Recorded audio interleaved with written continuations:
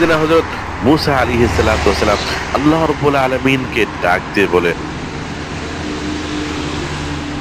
সাইয়্যিদিনা হযরত মূসা আলাইহিস সালাতু ওয়াস সালাম আল্লাহ রাব্বুল আলামিনের কাছে ফরিয়াদ করে বলে, আল্লাহ, ফিরআউন নিজেকে খোদা বলে দাবি করে, তুমি তাকে ধ্বংস করছো না কেন?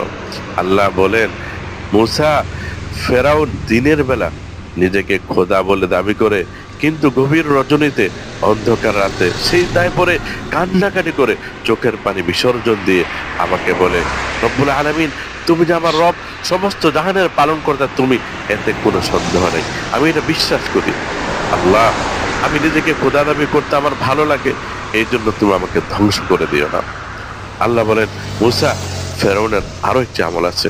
মূসা, তুমি যেমন মাথায় পাগড়ি পরো, ফেরাউনের মাথায় পাগড়ি আছে, তোমার চেহারায় যেমন ধারী, ফেরাউনের চেহারায় দাঁড়িয়ে আছে।